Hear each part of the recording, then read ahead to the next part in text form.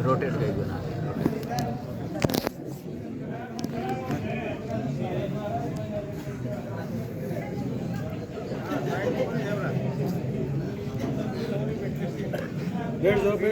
आज के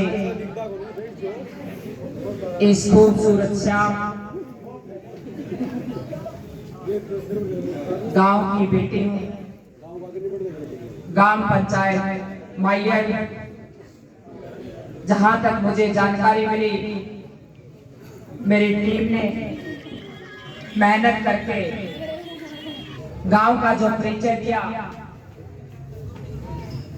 जहां तक मेरी संज्ञान में आ गया कि गांव माइयर ये दानवीरों की भूमि है।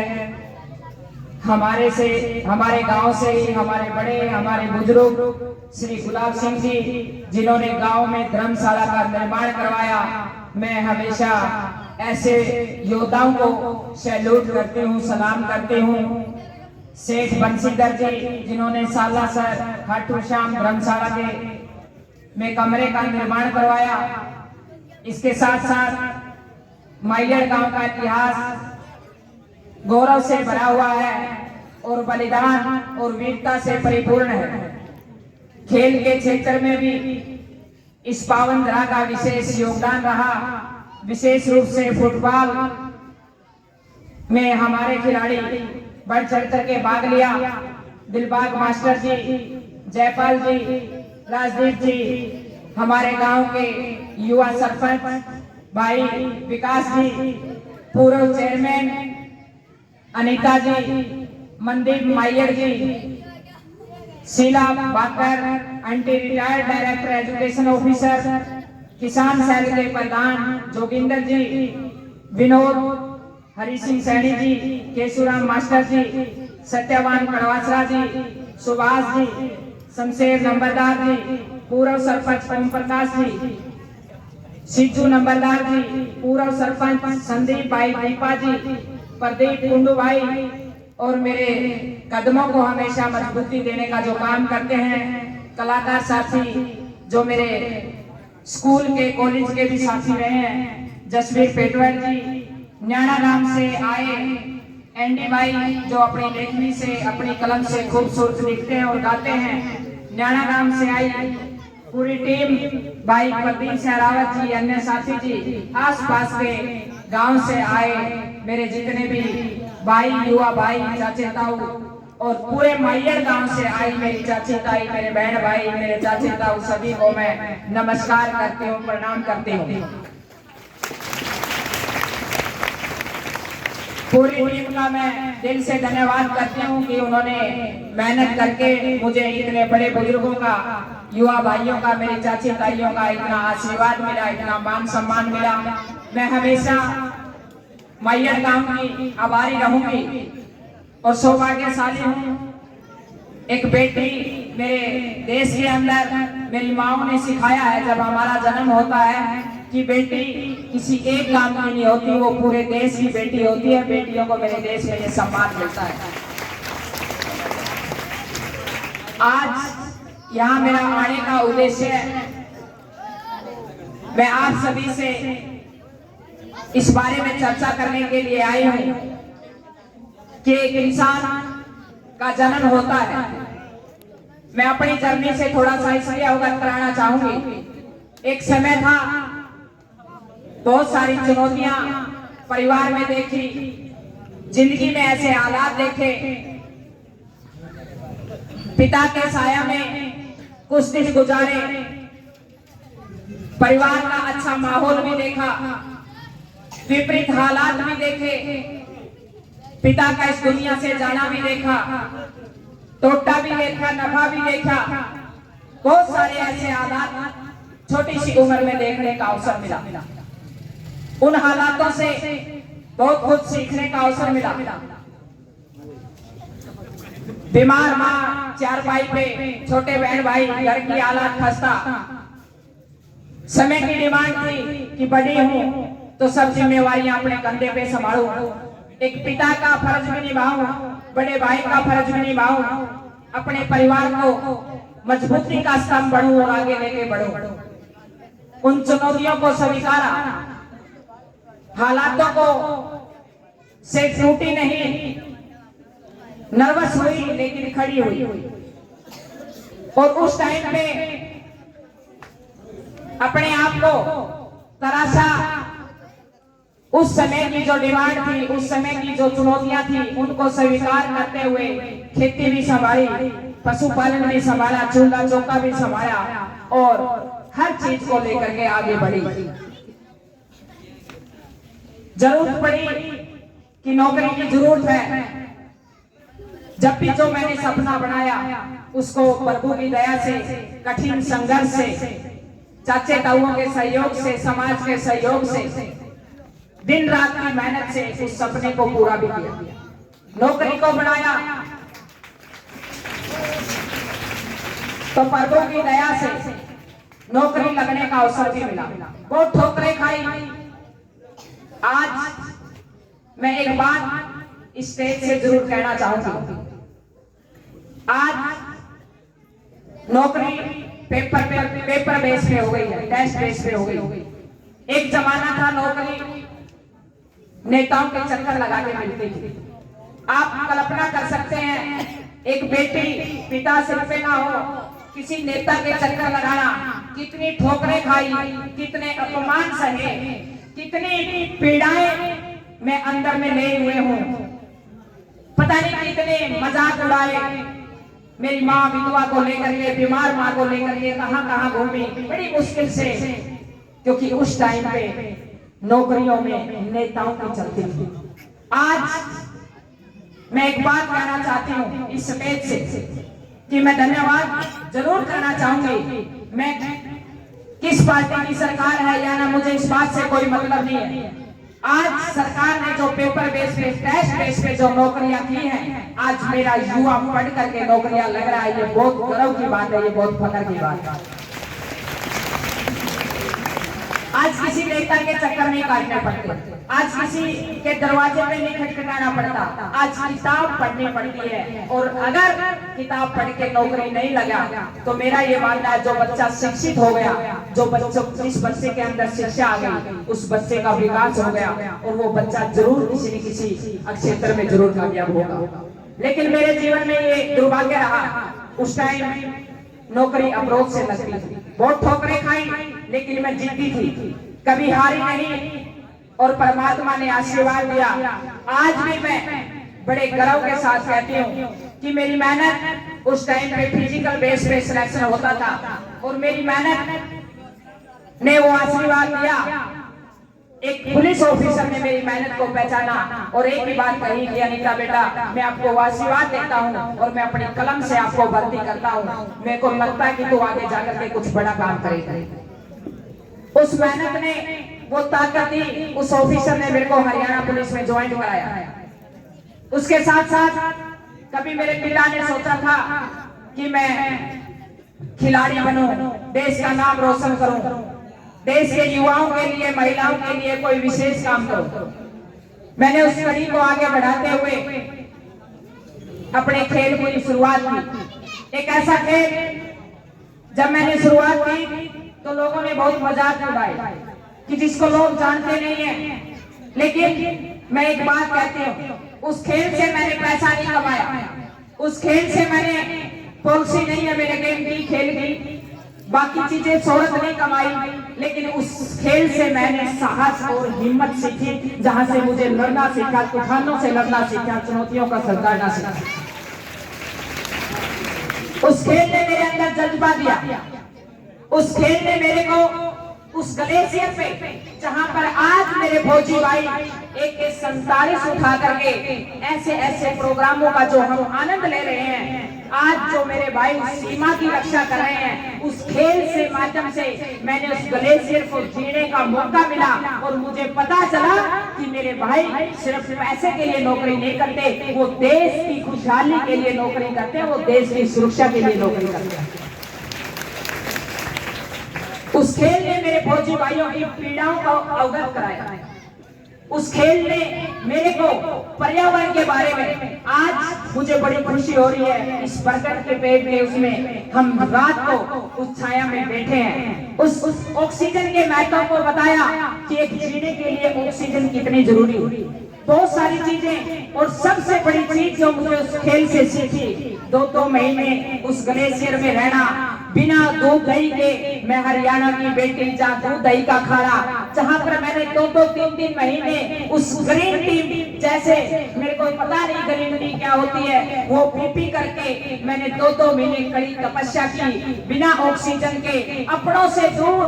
और मुझे एक इंसानियत का पाठ पढ़ाया कि इंसान की वैल्यू क्या है, इंसानियत क्या है, इंसान को इंसान से कितना प्रेम होना चाहिए। बहुत सारी चीजें जीवन के अंदर सीखी। और जो मैंने सोचा उस खेल से, जब मैंने उस खेल की शुरुआत की, जो सपने बनाए, जो अचीवमेंट, पता चल गया था इतना महंगा है, लेकिन ये बात मैं सीखी कि इस महंगे के खेल को भी चलाऊंगी, पैसा भी कमाऊंगी, इस खेल पे भी लगाऊंगी और इस खेल को आगे बढ़ाऊंगी और मेरे देशवासियों को इस खेल के बारे में बताऊंगी। उस खेल से बहुत सारी उपलब्धियां अपने देश को देने का काम किया, बहुत सारी देशों की यात्राएं की। एक किसान गरीब मजदूर परिवार में जन्म लेकर के अमेरिका जैसी देश में जाकर के अमेरिका की सबसे ऊंची चोटी पर अपने देश का तिरंगा लहरा करके अपने देश को उपलब्धि देने का काम भी किया। कभी स्कूल कॉलेजों में अंटार्कटिका के बारे में पढ़ा था कि जहां पर बर्फ ही बर्फ है, जीवन यापन नहीं है। इस खेल को खेलते खेलते जानकारी हुई कि एक अंटार्कटिका पे भी बहुत बड़ी चोटी है जिस पे जाना बहुत मुश्किल है। और मैंने सपना बनाया, बाद में पता चला कि खर्चा भी बहुत महंगा है, कम से कम 1 करोड़ रुपए लगेगा। लेकिन जो मैं सपना बना लेती हूँ, जिसको मैं शिद्दत से सोच लेती हूँ, उसको पूरा भी करने का मैं हौसला रखती हूँ। तो मैंने उस अंटार्कटिका की चोटी का सपना अपने दिमाग में बनाया और सोचा कि मैं अपने देश का तिरंगा उस पर लहराना चाहती हूँ। और उसके लिए कड़ी मेहनत की और -66 डिग्री के अंदर 2 महीने की कड़ी तपस्या करके अपने देश का तिरंगा लहरा करके अपने देश को एक उपलब्धि और देने का काम किया। खेल के साथ साथ नौकरी भी की। हरियाणा पुलिस में इंस्पेक्टर के रूप में काम करने का मौका मिला। एक दिन एज SHO थाने को संभाल रही थी। 2 छोटे छोटे युवा भाई हथकड़ी लगे हुए मेरे थाने के अंदर 2 सिपाही गिरफ्तार करके लेके आते हैं। मैं उन भाइयों से चेहरे देखती हूँ, जीवन में संघर्ष किया है, ठोकरें खाई है, अपने पास बुलाए, पूछा किस परिवार से हो, कितने बहन भाई हो। दोनों युवा रोने लगे। मैंने कहा छोटे भाई रोने की जरूरत नहीं, आपकी बहन हूँ, वर्दी जरूरी पहन रही हूँ, लेकिन जानना चाहती हूँ किस परिवार से। बताया किसान फैमिली के बेटे हैं, मजदूर परिवार के। मैंने कहा आप इसमें कैसे आ गए?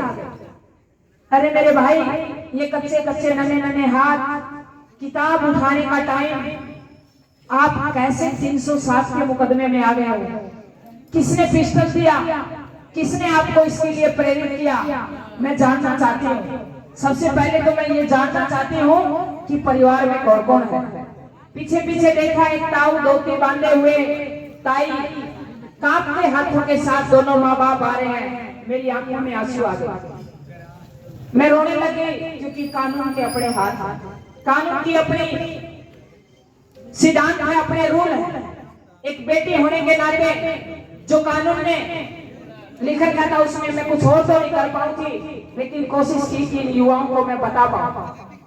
मैंने कहा मेरे छोटे भाइयों, मैं ये धाराएं तो नहीं तोड़ पाऊंगी, लेकिन मैं एक बात जरूर कहना चाहती हूँ आपको, ये जो गलती हुई है ये छोटी गलती नहीं है। बाद में पता चला दोनों बेटे एक थे, माँ बाप किसान मजदूर। 307 के मुकदमे में गाने सुनते सुनते आ गया। आजकल गाने ऐसे चल गए, तेरे अंदर पिस्तौल भर दूं, पिस्टल उठा, मेरा अंदर कांप उठा। और मैंने एक बात वहां से ठानी कि जो युवा भाई यहाँ फंस गए हैं, आज मैं नहीं निकाल सकती क्योंकि सबूतों के साथ साथ, लेकिन मेरी जगह यहाँ नहीं बनी है, मैंने समाज के अंदर निकलना होगा।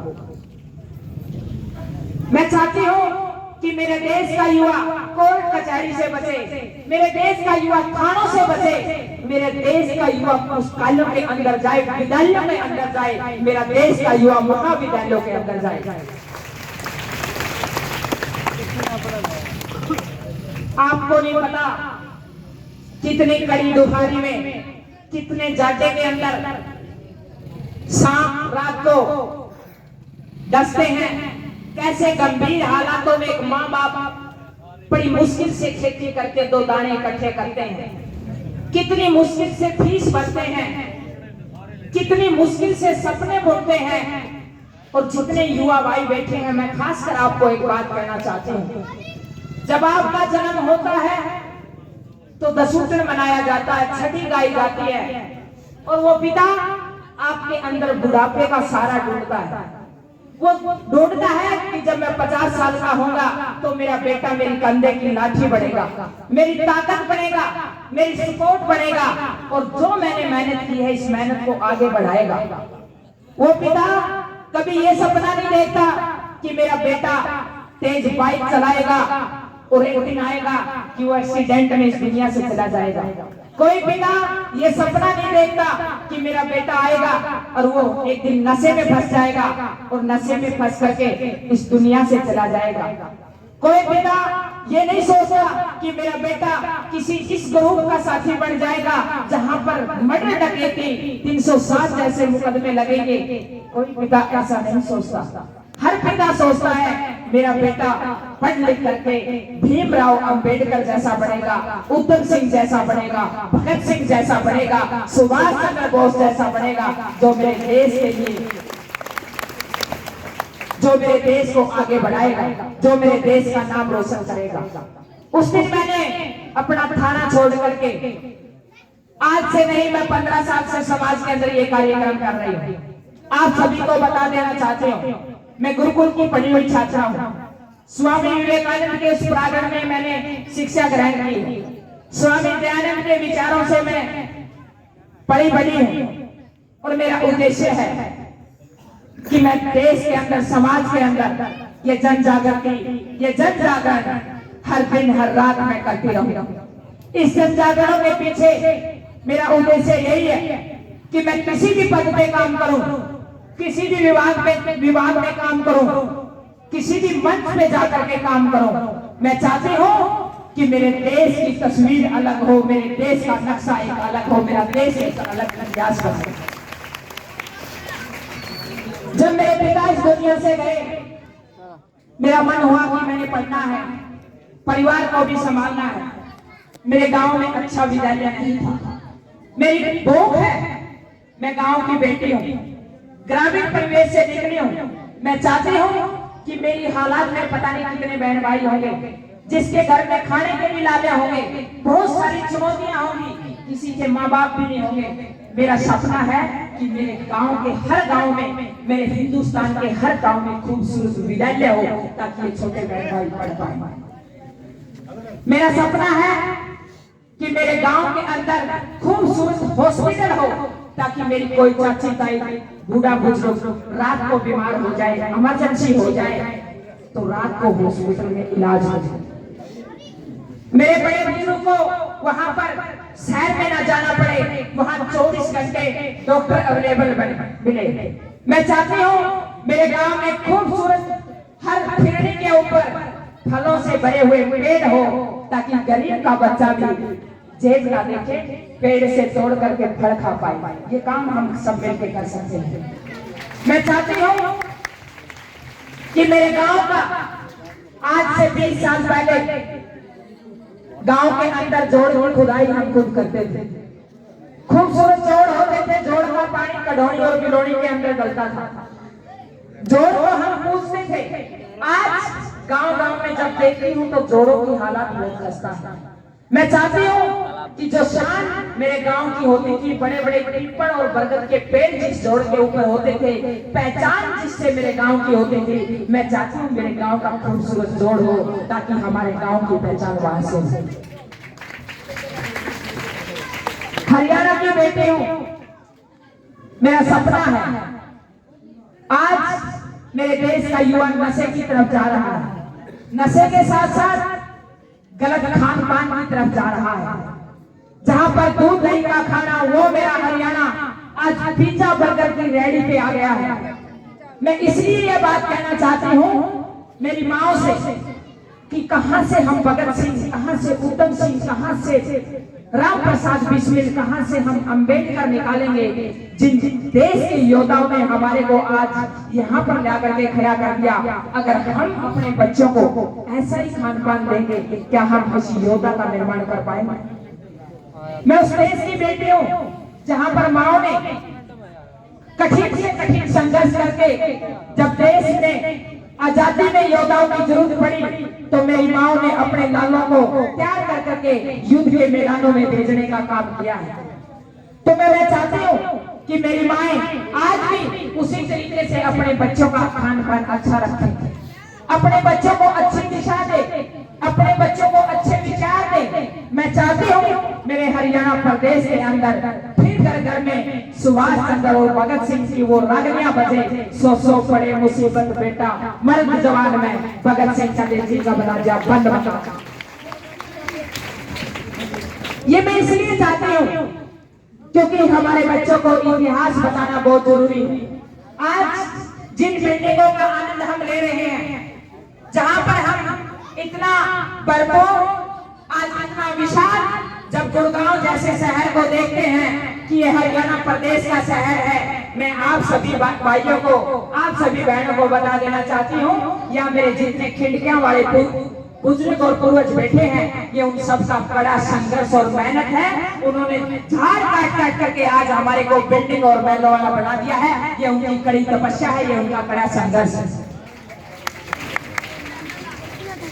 मैं नहीं चाहती कि मेरे देश के बच्चे पिलपिले बने, कमजोर बने, नर्वस बने, वो छाया में रह करके, वो एसी में रह करके पढ़े। मैं चाहती हूँ मेरे देश के युवा, मेरे देश के वो देशभक्त, मेरे देश के वो क्रांतिकारी तूफानों से लड़े, बारिशों से लड़े, आंधियों से लड़े और धूप में कड़ी तपस्या कर करके वो जा करके योद्धा बने। मैं नहीं चाहती मेरे देश के युवा कमजोर हो। मेरा मकसद मेरे देश की तस्वीर बदलना है और उसके लिए चाहे मैंने कहीं भी लड़ाई लड़नी पड़े, चाहे किसी भी पद के लिए संघर्ष करना पड़े, मैं हर संभव मेहनत करूंगी और उस मुकाम को हासिल करूंगी, मेरे गांव को खूबसूरत बनाऊंगी। मेरा सपना। लोगों ने पता नहीं क्या क्या विचार बना रखे होंगे, मैं आप सभी को क्लियर करके जाना चाहती हूँ।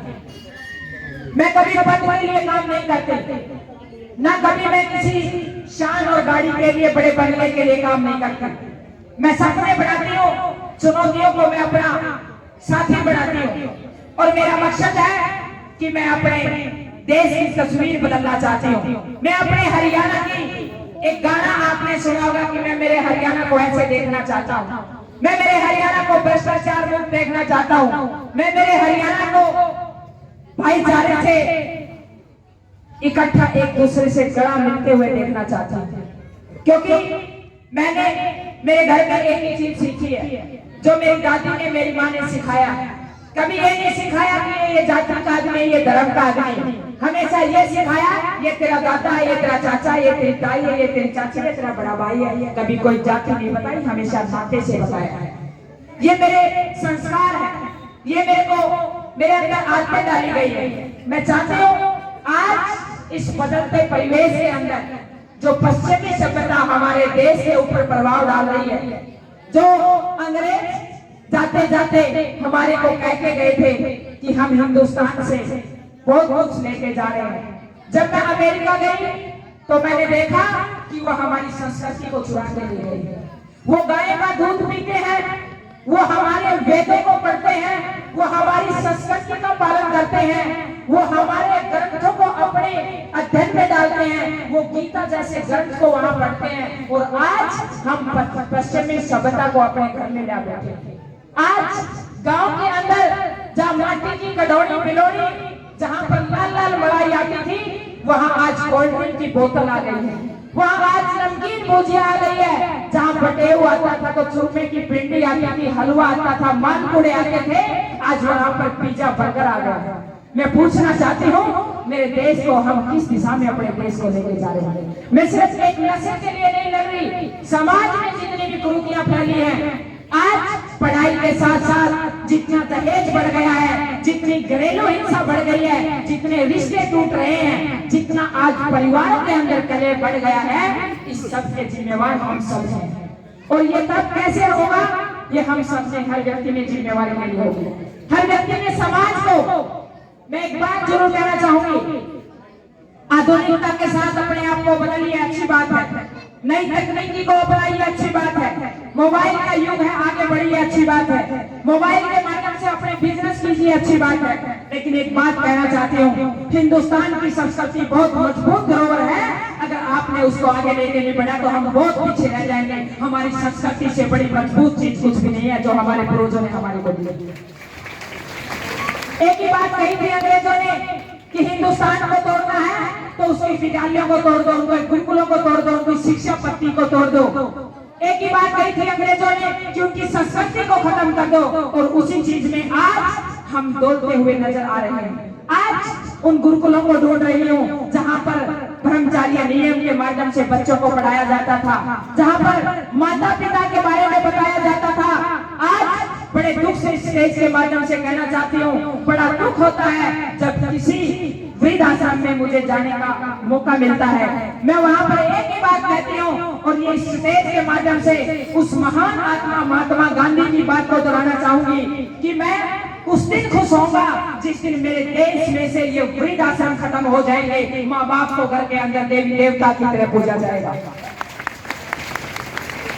कैसी पढ़ाई पढ़ रहे हैं हम कि माँ बाप आज वृद्धाश्रम में बैठे हैं और हम बड़े अफसर कहला रहे हैं। मैं चाहती हूँ शिक्षा के साथ साथ संस्कार भी ऐसे ही आगे बढ़े। अगर हमारे माँ बाप की सेवा हम करेंगे तो हमारे को परमात्मा आगे ठहर देगा। आज मैंने पता नहीं कितने बड़े बड़े पहाड़ चढ़े, कितने तूफानों से लड़ी, कितनी चुनौतियों से लड़ी। मानती हूँ मेरा कठिन संघर्ष था, मेरी मेहनत थी, लेकिन एक बात जरूर कह देना चाहती हूँ स्टेज के माध्यम से, उसके पीछे जितने भी मेरे चाचे ताऊ बैठे हैं, मेरे बाप बैठे हैं, मेरी चाची ताई बैठे हैं, मेरे छोटे बहन भाई बैठे हैं, इन सबका आशीर्वाद और दुआएं मेरे साथ ही तभी जाकर के मैं सुरक्षित हूँ, नहीं तो बहुत दुआओं से, दवा से ज्यादा दुआएं काम करती है। मैं नहीं चाहती मेरे देश के अंदर ऐसे ऐसे वृद्धाश्रम हो, बुजुर्गों की इज्जत ना हो। एक बार कल्पना करके देखिए, आपने भी बुजुर्ग होना है, आप एक बार उस जगह पे बैठ के देखिए जब आपको कोई नहीं पूछेगा तो आप कैसा फील करेंगे। ये हम सब युवाओं की जिम्मेवारी है, ये हम सब युवाओं का योगदान है और इसके पीछे मेरा बहुत बड़ा उद्देश्य है। मैं चाहती हूँ मेरा समाज बदले, मेरा देश बदले और उसके लिए कई पूछ लेती हैं, अनीता बेटा इतनी सारी चोटियां चढ़ी है, अब आगे का क्या लक्ष्य है, कौन सी चोटी पे चढ़ना है? मैं ताई एक बात कहती हूँ, मेरे देश की तस्वीर बदलना चाहती हूँ। वो कौन सी चोटी है मुझे नहीं पता, लेकिन उस चोटी पे मैं जरूर चढ़ूंगी ताकि मेरे देश का ये नक्शा बदले, ताकि मेरे देश का युवा आगे बढ़े, ताकि मेरे देश के भाई आगे जरूर बढ़े। क्योंकि अगर अच्छे आदमी आगे बढ़ेंगे नहीं, आज तक मैं एक बात इस स्टेज के माध्यम से जरूर कहना चाहूंगी, जितना बुरे लोगों ने नुकसान नहीं किया हमारे देश का, जितना अच्छे लोगों ने किया। क्योंकि अच्छे लोग हमेशा ये सोचते हैं कि मेरे कुर्ते के चिकर ना लगे, मैं बदनामी ना लूं, मैं आगे नहीं आऊं, मैं आगे आऊंगा तो लोग मुझे क्या कहेंगे। मैं एक बात कहना चाहती हूँ, कुछ भी कहें, मैं हमेशा हर लड़ाई को लड़ूंगी और मैं अपने समाज के लिए कुछ नया करके जाऊंगा। एक समय था कि मेरी जरूरत थी मेरे घर को, बहन भाइयों को, मेरी माँ को, लेकिन मैं उस सभी चीजों से फारिग हो चुकी हूँ और मेरा मकसद, मेरा सपना एक अलग बन चुका है। क्योंकि मैं चाहती हूँ कि मेरे देश के युवाओं के लिए आज जो डिप्रेशन में, नशे में, बेरोजगारी में, पता नहीं किन हालातों में आज जूझ रहा है, मैं उनके लिए लड़ूं, मैं उनके लिए आगे रास्ते बनाऊं। और मैं एक ही बात कहना चाहती हूँ, किसी भी व्यक्ति को अगर उसने लक्ष्य बना लिया, उसके लिए संघर्ष कर लिया और उसको ठान लिया, मैं गारंटी के साथ कहती हूँ, मैं दावे के साथ कहती हूँ, कोई दुनिया की ताकत नहीं है जो उसको लक्ष्य को छोड़ने से रोक पाए। मैं एक किसान की बेटी, मुझे पता नहीं था, आज से 20 साल पहले जब कोई लड़की घर से निकलती थी तो हजारों ताने होते थे, हजारों चुनौतियां होती थी, हजारों बाधाएं होती थी। मुझे भी नहीं पता था कि मेरे गांव से निकलकर कैसे शहर में जाना होता है, मैं लेकिन निकली। एक गांव का एग्जाम्पल दे देती हूँ।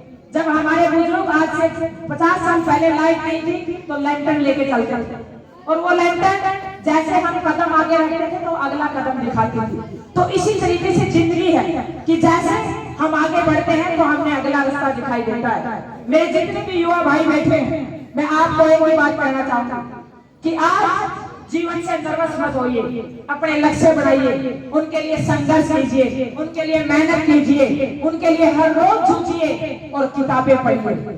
आज जितनी मेरी माताएं बैठी हैं, मेरे बहन भाई बैठे हैं, मैं एक ही बात कहना चाहूंगी, इतने बड़े बड़े मिशन किए, वहां पर मेरे साथ कोई बात करने वाला नहीं था। मेरे पास कुछ खाने के लिए जो मैं खाती हूँ वो नहीं था, लेकिन मेरे पास 2 चीजें थी। एक तो ये मंच जहाँ पर रागनियां सजी हुई हैं, मेरे फोन में कुछ रागनियां थी जिनको मैं बचपन से सुनती हूँ। आज इस मंच के माध्यम से कहना चाहती हूँ, मैं याद करना चाहती हूँ स्वर्गीय लक्ष्मी चंद जी को, जिन्होंने हमारे हरियाणा का इतिहास लिखा, पता नहीं कितने किस्से लिखे, भगत सिंह को लिखा, सुभाष चंद्र बोस के बारे में लिखा, पता नहीं कितने योद्धाओं के बारे में लिखा, और राजकिशन अगवानपुरिया जैसे ऐसे गायक ने उस लेखनी को गाया जिनको सुन सुन करके मैंने विश्व की सबसे ऊंची चोटियों पर अपने देश का तिरंगा लहराया। और सबसे अच्छी मित्र, सबसे अच्छी दोस्त मेरी वो किताबें रही। मेरे जितने छोटे बड़े भाई हैं, मैं आप सभी को बता देना चाहती हूँ, आज आपकी हालात क्या है मुझे नहीं पता, आपने किस घर में जन्म लिया, किस परिस्थिति में जन्म लिया, किस जाति में जन्म लिया, आज आपके माँ बाप है या नहीं है मुझे नहीं मालूम है, लेकिन मैं एक बात जरूर कहना चाहती हूँ, अगर आपने किताबों को साथी बना लिया, संघर्ष को अपना साथी बना लिया, मैं गारंटी के साथ कहती हूँ, मैं दावे के साथ कहती हूँ, आने वाले समय में आप योद्धा होंगे, आप सारे समाज के आइकॉन होंगे, आप समाज की तस्वीर बदलने वाले होंगे। क्योंकि किताबों के अंदर मेरे बड़े बुजुर्गों ने कहा है कि जमीन बटा लेगा हर भाई, मकान बटा लेगा हर भाई, संपत्ति बढ़ जाएगी, लेकिन पढ़ाई एक ऐसी चीज है जो कोई नहीं बंटवा सकता, वो आपकी खुद की मेहनत है, वो आपकी खुद की दौलत है। अगर आपने उस पढ़ाई से, उन किताबों से प्यार कर लिया तो आप अपने घर की दशा और दिशा सब कुछ बदल सकते हैं, हर हालात को बदल सकते हैं। ये सब जितने भी मैंने मिशन किए, किताब पढ़ पढ़ करके, उन महापुरुषों की जीवनियां पढ़ पढ़ करके, कबीरदास, रविदास, सभी व्यक्तियों को, महान व्यक्तियों को मैंने पढ़ा और वही आके मेरे अंदर आई, और आज मैं जो कुछ हूँ उन महान व्यक्तियों की बदौलत हूँ जो मैंने अपने आचरण के अंदर डाला।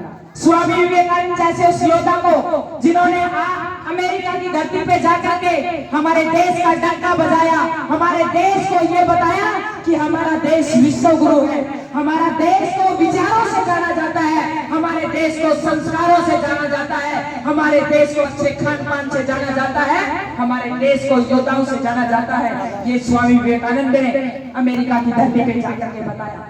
ये बातें मैं इसलिए कहना चाहती हूँ क्योंकि मैं मेरे देश के अंदर वही देशभक्त देखना चाहती हूँ, वही योद्धा देखना चाहती हूँ। और ये कहां से पैदा होंगे?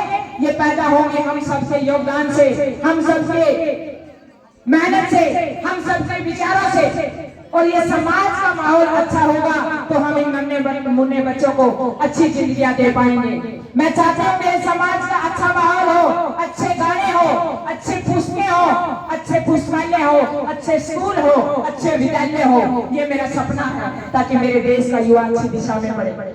मैं अंत में इतना ही कहना चाहूंगी, आज खेलों के इस हरियाणा का योगदान विशेष रहता है। अभी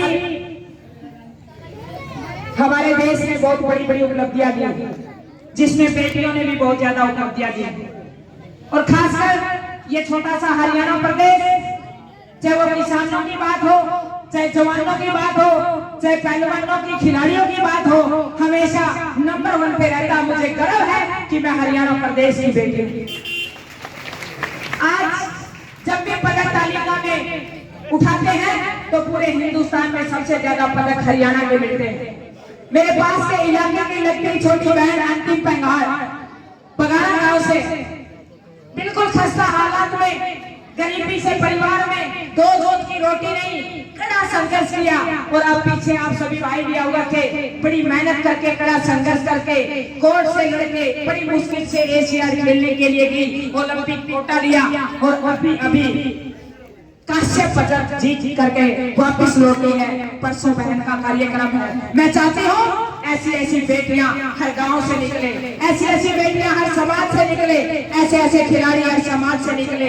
ये मेरा प्रदेश खेलों की धरती है। हमें अपने बच्चों को ग्राउंड में खिलाना चाहिए, हमें अपने बच्चों को स्कूल में भेजना चाहिए, हमें अपने बच्चों को छोटी छोटी जिम्मेवारी देनी चाहिए।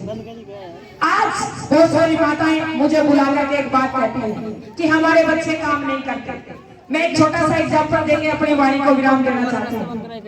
आप एक बात बताइए, हम सभी किसान के बेटा बेटी, हम मजदूर के बेटा बेटी, जब एक गाय में छोटा सा बच्चा जन्म लेता है, बछड़ा, उसको हम बैल बनाने के लिए सबसे पहले जुए के नीचे लेके आते हैं और उसको घरसेड़ी के अंदर जोड़ते हैं। 15-20 दिन घरसेड़ी में चलाते हैं, कुएं में चलाते हैं, उसके बाद हल में जोड़ते हैं, उसके बाद धीरे धीरे मुंडी में जोड़ते हैं, धीरे धीरे उसको फिर गुग्गे के नीचे लेके आते हैं। कितने संघर्ष से बैल बनता है।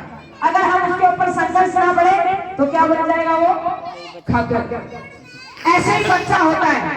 अगर हम 5-8 साल के बच्चे को घर की जिम्मेवारी देना नहीं सीखेंगे, हम ये नहीं सिखाएंगे कि बेटा ये काम कर, वो काम कर, क्योंकि बहुत सारी माओ के मेरे पास फोन आते हैं।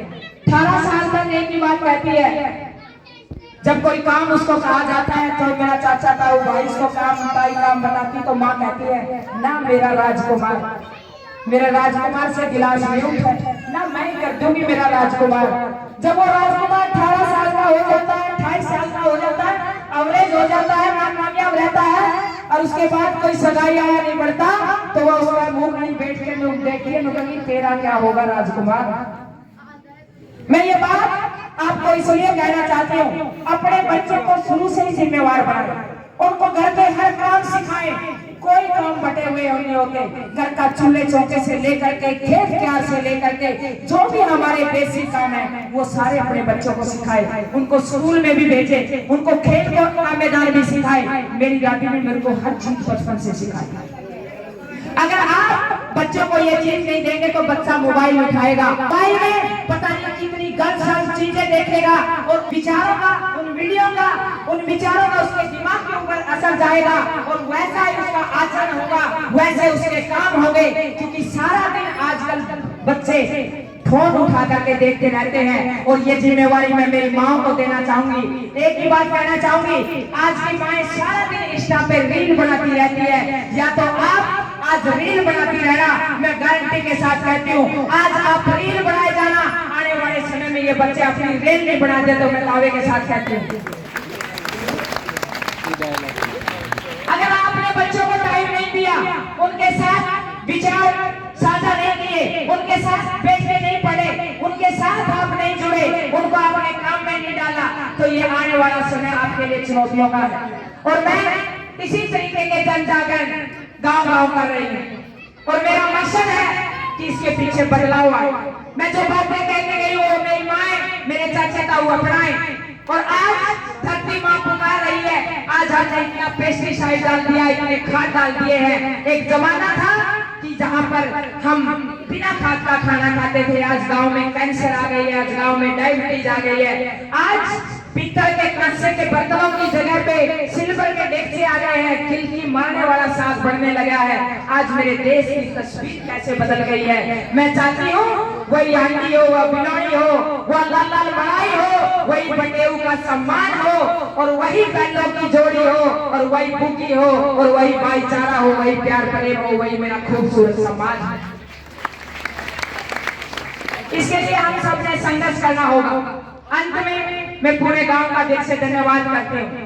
आप ही हमेशा आभारी रहूंगी और आगे जो भी मैंने जिस मिशन के लिए लड़ाई लड़ूंगी मैं, उसके लिए मैं आप सबका योगदान, आप सबकी मजबूती, मेरे कदमों की ताकत बढ़ाने के लिए मैं आप सभी का आशीर्वाद चाहूंगी, क्योंकि जो आपने मेरे को बड़े बड़े पहाड़ों पर आशीर्वाद दिया है, वही मेरे इस जनजागरण में, आगे के आंदोलनों में, आगे की लड़ाई में जो भी मैं सपना बढ़ाऊं, उसके लिए मैं आप सभी का आशीर्वाद चाहूंगी। आप एक बेटी को आशीर्वाद दे ताकि मैं इस देश को एक नई ऊंचाइयों पे लेके जाऊं। आप सभी का तहे दिल से धन्यवाद करती हूँ।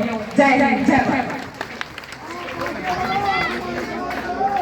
बहुत ही बढ़िया, बहुत ही थोड़ा सा से निकला हुआ एक शब्द, क्योंकि देखो मोटिवेशन स्पीकर बातें बढ़ाने वाले तो फोन पे भी हमें बहुत मिल जाते हैं, लेकिन उनकी जिंदगी में क्या होता है ये मायने रखता है। अगर आप सुनना चाहें तो हमारे बीच में एक बिटिया बहुत अच्छा सॉन्ग आपको सुनाएंगी और एक लाडो रानी डांस के लिए भी बैठी है। हाँ, अभी एक बार थोड़ा सा सरपंच साहब सम्मान करना चाहते हैं अनीता का, और उधर से ये गुड़िया कई देर की अपनी जो हरियाणवी ड्रेस उसमें बैठी है, इसका भी डांस आपको दिखाएंगे। इससे पहले एक बहुत ही सुंदर गीत है, हमारी टीम की एक साथी है ममता, मैं उनसे चाहूंगा वो मेरे हरियाणा की तस्वीर कैसी हो, कैसा हरियाणा होना चाहिए, आप सभी से फोटो लेके जाएगी, सभी से मिलके जाएंगे। अगर आप सुनना चाहें, देखना चाहें तो मैं सुना दूं ये दो आइटम आपको। भाई जितने भी मेरे भाई खड़े हैं, अगर पीछे काचे बैठे तो उनको भी देखने देना। बैठ जाओ भाई थोड़ा सा, हाँ थोड़ा सा। आपने एक बात मोती जैसी बातें अनीता के मुंह से सुनी, और मुझे ऐसा फील हुआ थोड़ी देर के लिए, इतना अच्छा माहौल ऐसा अध्यात्म की तरफ चला जाता है, क्योंकि ये पर्वतों की रानी है, पहाड़ों की देवी, जहाँ भी जब भी बोलती है इस परमपिता परमात्मा के आशीर्वाद से हमेशा ऐसा ही होता है। ऐसा ही आज इस पावन धरा पे हुआ। और एक बात, जब हम इस गांव में आए तो लोग कह रहे थे हमारे गांव में लोग नहीं जुड़ा करते। मैं बोला महाजी बात तो आपकी ठीक है, नहीं जुड़ा करते, लेकिन मैं तो गारंटी के साथ कहता हूँ ये जगह छोटी पड़ जाएगी, और वो पड़ गई आप सभी के आशीर्वाद से, क्योंकि ये पर्वतों की रानी, ये पहाड़ों के देवी जिस भी पावन धरा पे जाती है इसी तरह का हुजूम जुड़ता है, इसी तरह से लोग इनको आशीर्वाद देते हैं, प्यार देते हैं। तो एक बिटिया ममता रानी आप आए, इधर आए आगे, और वो अपना भजन, वो अपना गीत कि मैं मेरे हरियाणा को कैसा देखना चाहती हूँ, मेरा हरियाणा कैसा होना चाहिए, आप जरूर सुने उसको, और उसके बाद ये बिटिया का डांस आपको दिखाएंगे। हाँ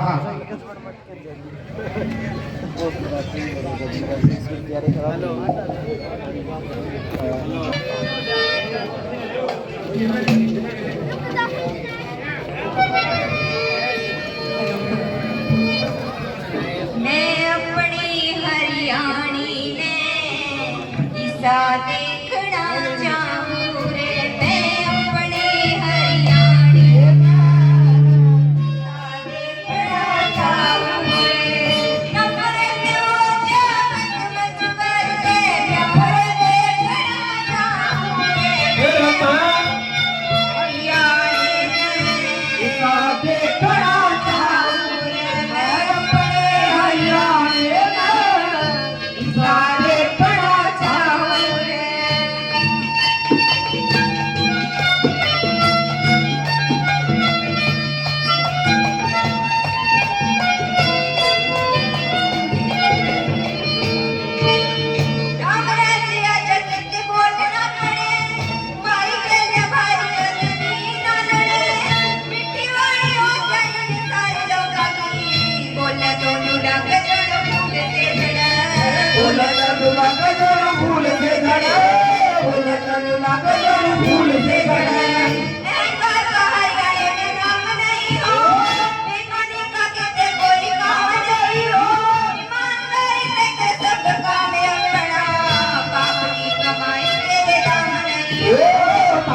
कमाई तेरे दाम नहीं हो, कमाई तेरे दाम नहीं हो।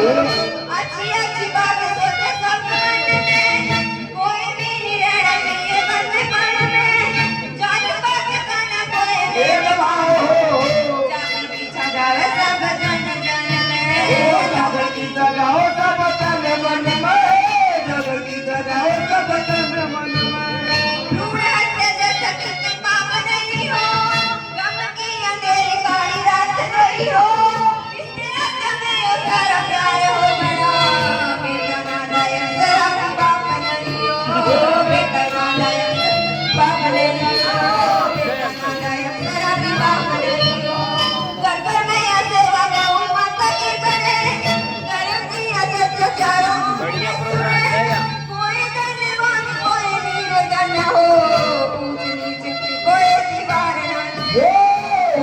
नीच की कोई दीवार नहीं, ऊंच नीच की कोई दीवार नहीं। ये प्यार तुम्हारे सबको हार चाहिए, अंत तक भरे प्यारे बार चाहिए, सबके घर काम धंधा होना चाहिए, कोई भी नहीं बेरोजगार चाहिए, कोई भी नहीं बेरोजगार चाहिए, कोई भी नहीं बेरोजगार चाहिए।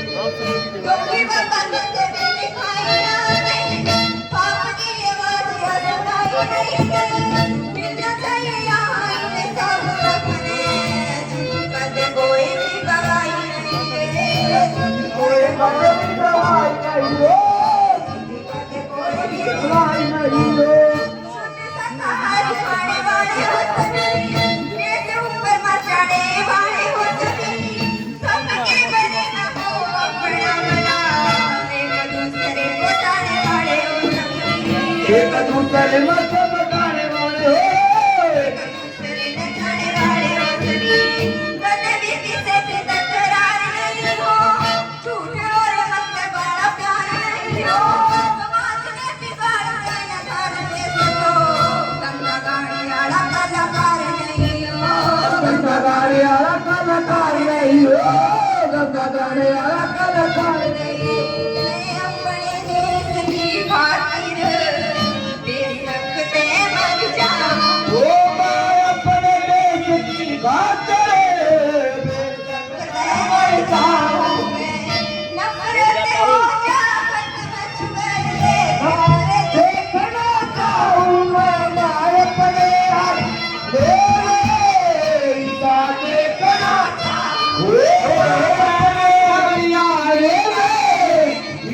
देखना चाहूं।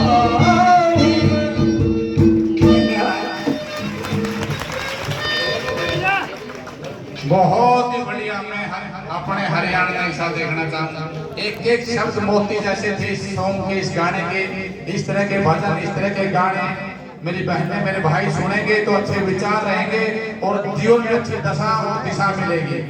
क्योंकि देखो सारा खेल भाई इधर से दो, इधर थोड़ी व्यवस्था करना भाई, इधर आ जाओ साथी, इसको उठा दो, दो लड़कियों को, इस मेज को थोड़ा सरका दो। ये गुड़िया का एक डांस देखेंगे, मेरा हरियाणा देशा में देश मेरा हरियाणा। भाई नाचने की भी अपनी कला होती है, गाने की भी अपना कला होती है, स्पीच की भी अपनी कला होती है। जो भी जिस भी कला का धनी हो उस कला के लिए सभी उसको सराहें, सभी तालियां बजाएं, हौसला बढ़ाएं।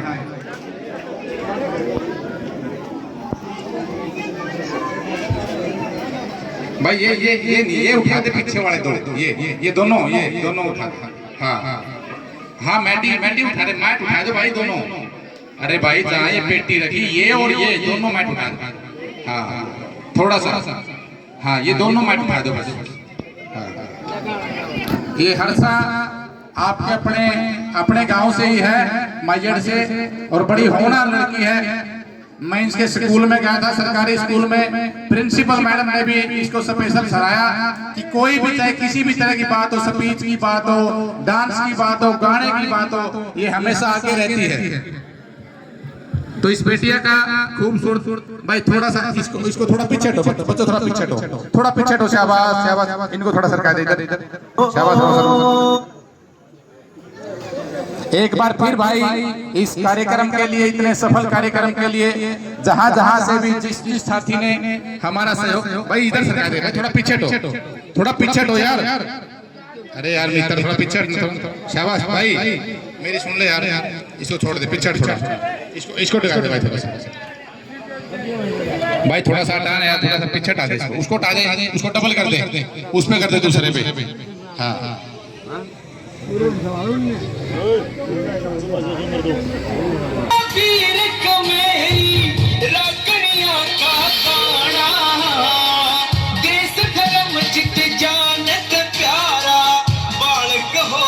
शाना लंबे तगड़े झेल गाबरू, सीधा सादा पाना, बाप की पगड़ी का छोरी, जिने जाने मान बताना। देश रे भारत, भारत में हरियाणा, देश में देश रे भारत, भारत में हरियाणा।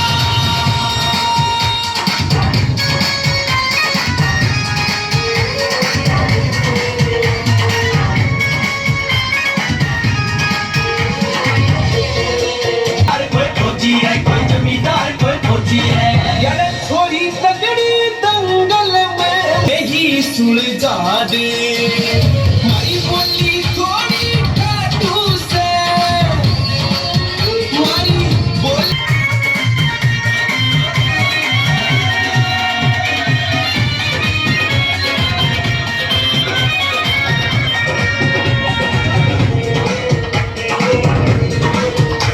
मारे थोड़ी भागनी रहने रे गड़के वाले बापी चाले रे लड़के रे नीले दसाती थोड़े जीजा साड़ी अलबादी थोड़े जीजा साड़ी अलबादी ओ मीठे गीत लगैया के जन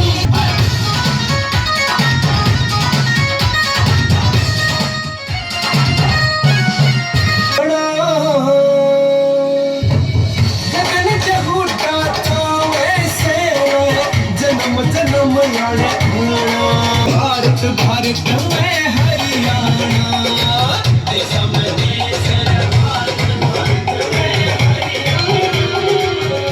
देश बहुत ही बेहतरीन प्रस्तुति के लिए हेलो एक और सुर पे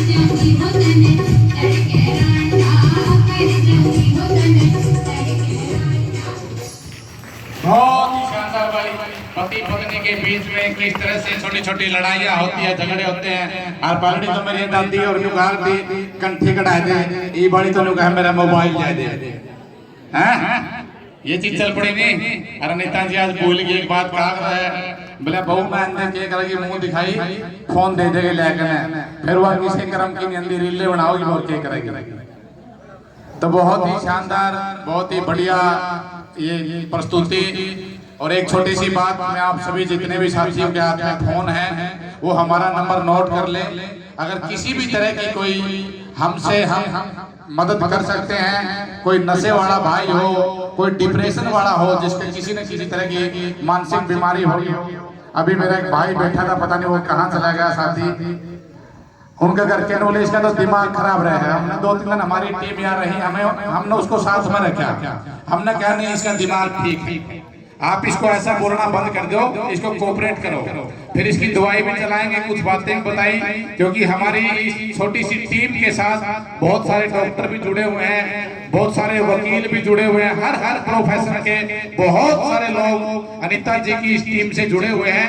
अगर किसी भी तरह की कोई मदद हम कर पाए तो हमारा सौभाग्य होगा। हमारा अनीता कुंडू जी का आप नंबर नोट करना चाहे तो नोट कर सकते हैं, मैं नंबर आपको बता देता हूँ। अपना नाम लिख के मैसेज छोड़ देना, उसको हम ऐड भी कर लेंगे। 99,910 99,989 89 99,910 3 9 के 10 फिर 3 9 के 8 9। तो ये नंबर आप नोट कर सकते हैं, इस पे आप मैसेज कर सकते हैं, फोन कर सकते हैं, किसी भी तरह की हमारी हेल्प के लिए। आप सभी को मेरे ख्याल से ये प्रोग्राम बहुत अच्छा लगा होगा और अभी भी आप जमे हुए हैं, बैठे हुए हैं। हाँ, अनिता जी कह रही है जो अपने गांव के देहाती पुराने गीत हैं, अगर कोई मेरी चाची ताई वो सुनाना चाहे तो आगे आ सकती हैं, कोई चाची तो। और सरपंच साहब सम्मानित करेंगे अभी अनिता जी को। वैसे मैं आप सभी को बता दूं, अपने जितने भी प्रोग्राम होते हैं ना, इसमें ये इसको सम्मानित कर दिया, इसको पगड़ी पहना दी, यूं आ गया, यूं पिक गया, इस तरह की चीजें तो अपना प्रोग्राम ना दूर रखा करा, क्योंकि उसमें समय जाया होता है, बातें नहीं हो पाती उसमें। फिर लोगों को मेरा बंदा कौन किया था, क्यों लिया, क्योंकि जो अपना सामाजिक बुराइयों के खिलाफ ये प्रचार है, जन जागरण है, तो उसमें फिर बाधा डलती है। चलो फिर भी सरपंच साहब अनिता जी को सम्मानित करेंगे। हाँ हाँ हाँ हाँ हाँ, कोई नहीं आप मैसेज छोड़ते हैं जिसको जिसने भी नंबर नोट किया है अपने नाम के साथ। ये देखो भाई, ये वीर जवान भगत सिंह, ये कोई मतलब एक आदमी नहीं बल्कि विचार है। अपने गांव की जो संस्कृति है उसका अलग ही नजारा। थोड़ा सा आगे आ जाए अनिता जी, आप थोड़ा सा आगे आ जाए, चारों तरफ खड़े हो जाए बाकी सभी साथी। दादा देश दादा प्रदेश जाइए, इसे अक्सर लोग बुढ़ा दिए, अपनी लाडो छोरे ने कितने शहर में ब्याह दिए, छोरी की बढ़िया है। फिर अगला प्रोग्राम में सुनाऊंगा, कभी मौका मिला तो। आज तो काफी सारे कलाकार हो गए थे, अपने को मौका नहीं मिल पाया। तो भाई एक बार चाची ताई है उनसे मिल ले, अनिता जी सीधा जाके उधर। अमित भाई थोड़ा सा मिल लेने दो उधर। ये हमारा भाई विनोद भाई।